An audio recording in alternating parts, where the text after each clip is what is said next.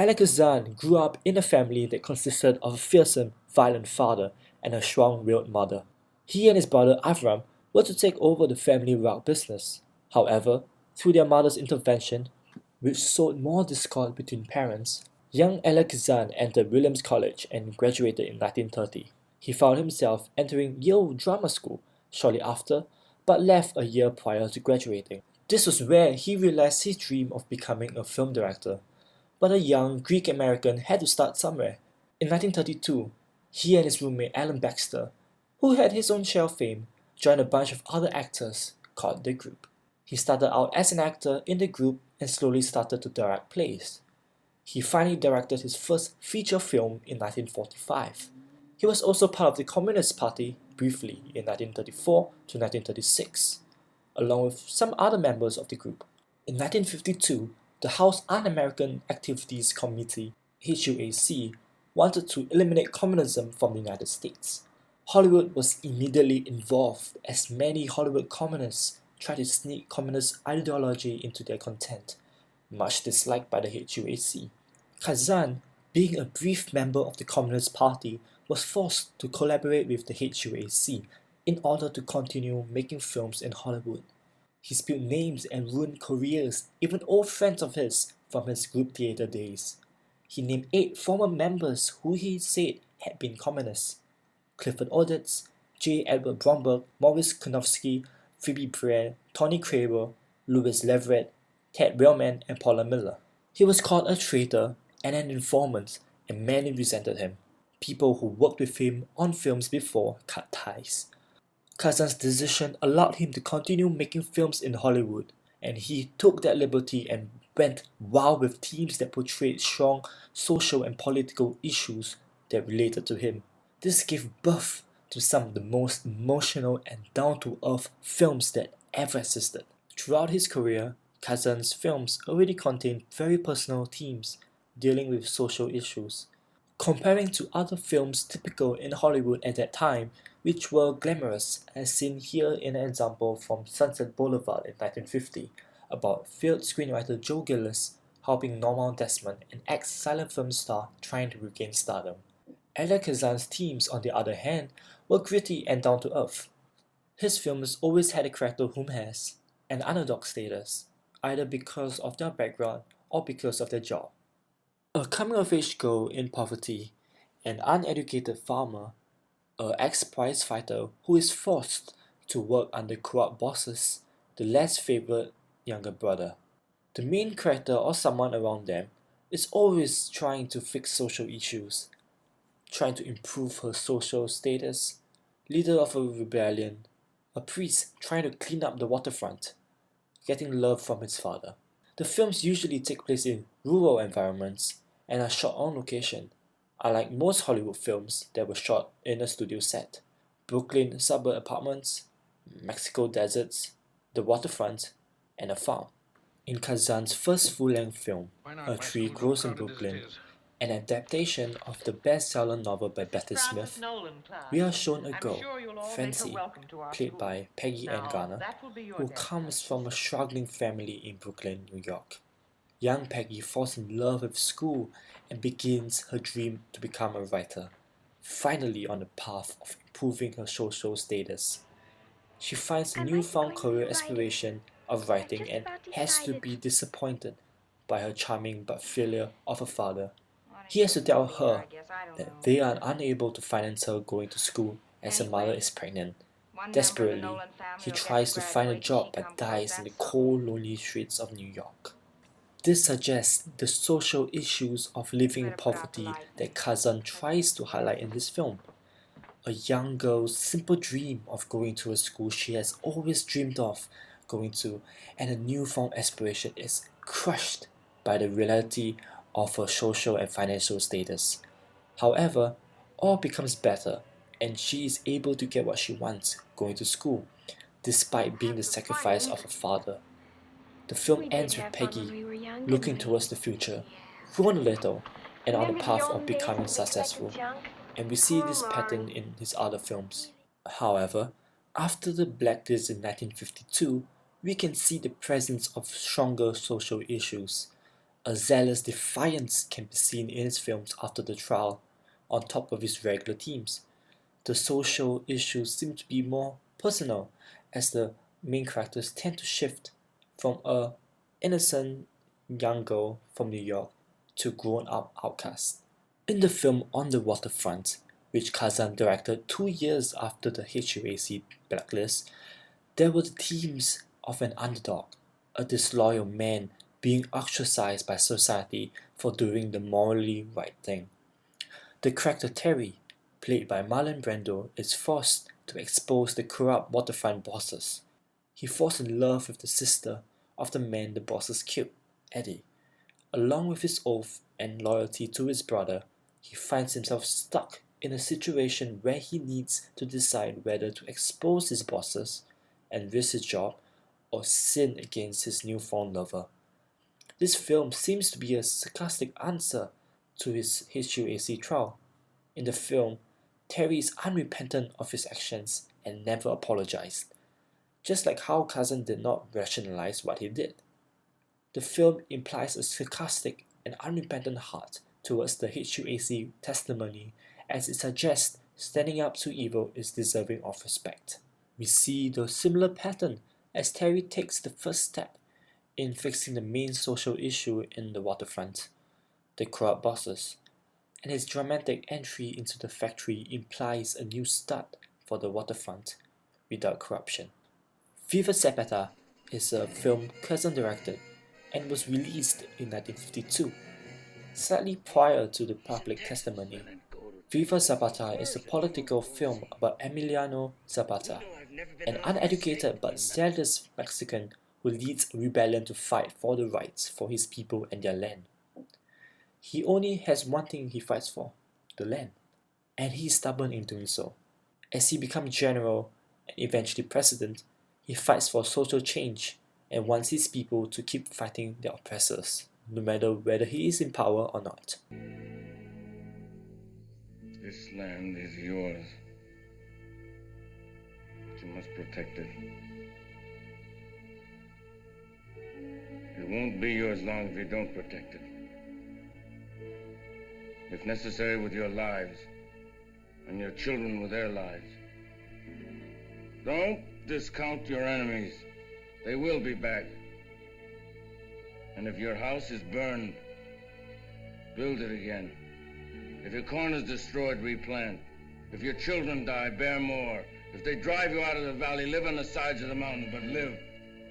You've always looked for leaders, strong men without faults. There aren't any. They're only men like yourselves. They change. They desert.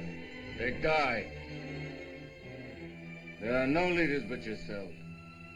A strong people is the only lasting strength. This film suggests Kazan's attitude towards oppressing political parties, in reference to the democratic America that wanted to purge communism.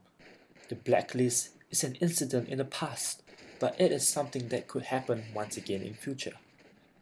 The country of the free still remain apprehensive of opposing forces to this day.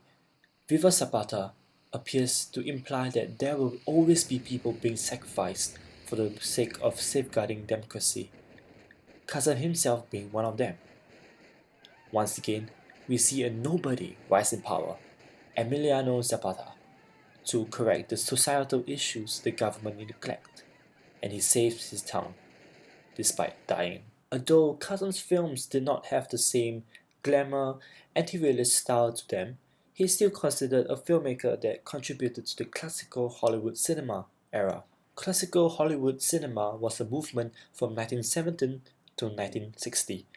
What classifies Kazan's films as part of the classical Hollywood cinema era are that many of his films were adapted from books or plays, such as A Tree Grows in Brooklyn, A Streetcar Named Desire, Death of a Salesman, East of Eden, and Viva Zapata.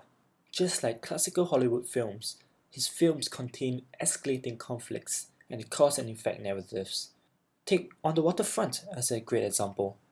As Terry slowly falls in love with the sister of the man he helped kill, Eddie, Terry is faced with the moral dilemma of telling her the truth. This leads him to expose the culprits in court, which is pretty much going against the entire Waterfront. His situation reaches a peak before entering a climax that makes a big splash.